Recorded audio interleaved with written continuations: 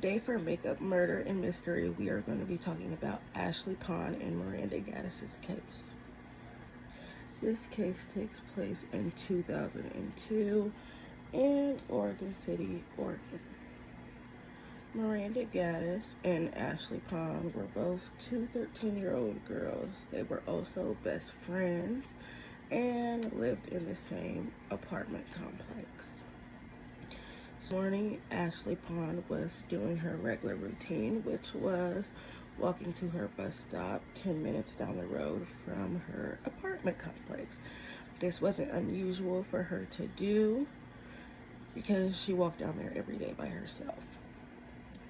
Also, Ashley Pond was known to be a very popular kid.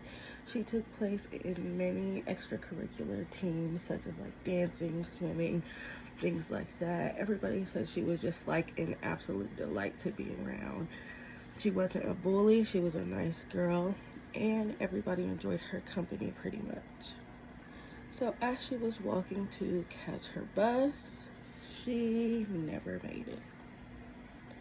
Once the police and Ashley's mom was made aware that she never made it to the bus stop or school, they automatically knew something was wrong, and they knew somebody had took her because this was completely out of her character. The police said that they knew Ashley had been taken because she just wasn't a teenager that gave her parents, well, her mom, trouble and would do things like running away. Also, the police was pretty dead set on from the beginning that it had to be someone that she knew that took her, because they also knew she would not get in the car with someone she did not know. So time flies by and Ashley is still missing. No sign of her, no clues where she could be. So basically the police just kind of give up, which is awful for a missing child, but that's just what it was. So as everybody is missing Ashley, her mom, her neighbors, her best friend Miranda, life eventually starts to continue on. Miranda also was going to the same bus stop as Ashley, 10 minutes away from their apartment complex. Well, one day at 8 in the morning, while Miranda is walking to the bus stop, she randomly disappears as well. Now, this absolutely sends shockwaves through the community because they're like, there's no way both of these girls just up and disappeared on their way to the bus stop, and nobody knows where they are or what happened. So people start to begin, did they plan to run away together? Like, what is going on at this point? So a couple of days go by, and after searching for the girls, the police department gives up on Miranda Gaddis's case also, which is just nuts to me. Like, this is your job. Find these kids. If you don't believe they ran away, then you should be looking for a kidnapper. Like, Miranda's stepmom started having a feeling that Miranda and Ashley's friend's father had something to do with this. He lived right across the street from their bus stop and also was known for doing violent crimes against women. His name was Ward. So she's telling the police, have you guys went down and talked to Ward? Have you guys looked at Ward at all? He should be looked at. They're like, why would we look at him? They are like, he's just a regular man. Why would we look into him? Your kids even hang around at his house a lot. She's like, please just do it. I have a feeling. Her motherly instincts. So they eventually go to question Ward. He is cleared by the police. So then the local news station gets a whiff of this. And they're like, well, we're going to go question him. He's on the news proclaiming his innocence, stating that his daughter is devastated by the loss of her friends, well, the disappearance of her friends, and that he hopes that they find out soon what happened to these two young girls.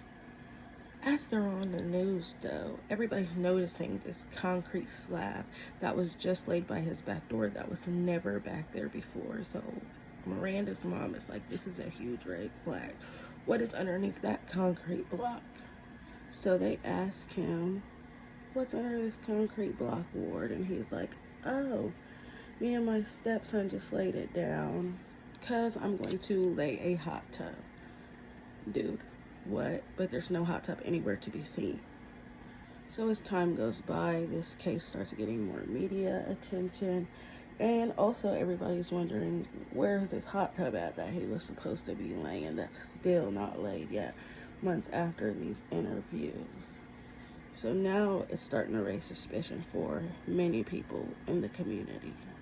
Again, time starts flying by, and they decide it's time just to host the girls a candlelight vigil with media coverage. So they have the candlelight vigil outside of Ward's house on that concrete slab. The news channel speaks to Miranda Gaddis's mom and asks her, do you think he has anything to do with it? She's the smell when you walked up the pathway? I did. Okay, that's all I have to say about it. As she's putting a sign on the concrete slab that states, dig me up, because she strongly believes her daughter, or her daughter's best friend, is buried under this slab. Since this was covered by the media, this kind of forced Oregon police station's hands, and they were like, okay, we gotta go check this man's property. Mind you, they still wait a while to go check his property. So while they're still trying to find probable cause to go search his property, his son calls in and reports him for trying to SA his son's girlfriend. So they arrest Ward for that and put him in the Oregon jail.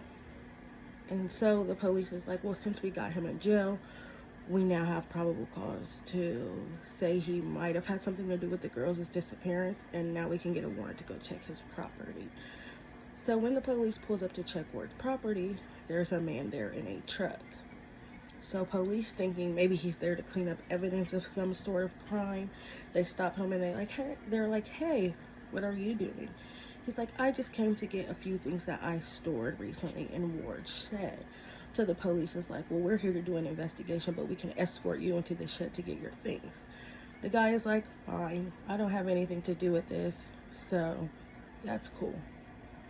So as they escort him into the shed to get his things, they see something hanging out of the ceiling, a barrel. So they pull the barrel out the ceiling and open it, and they find Ashley Pond's body folded up in a trash bag, concealed in the barrel. They're like, what the heck? So this gives them reason to dig up that concrete slab that Miranda's mom kept talking about.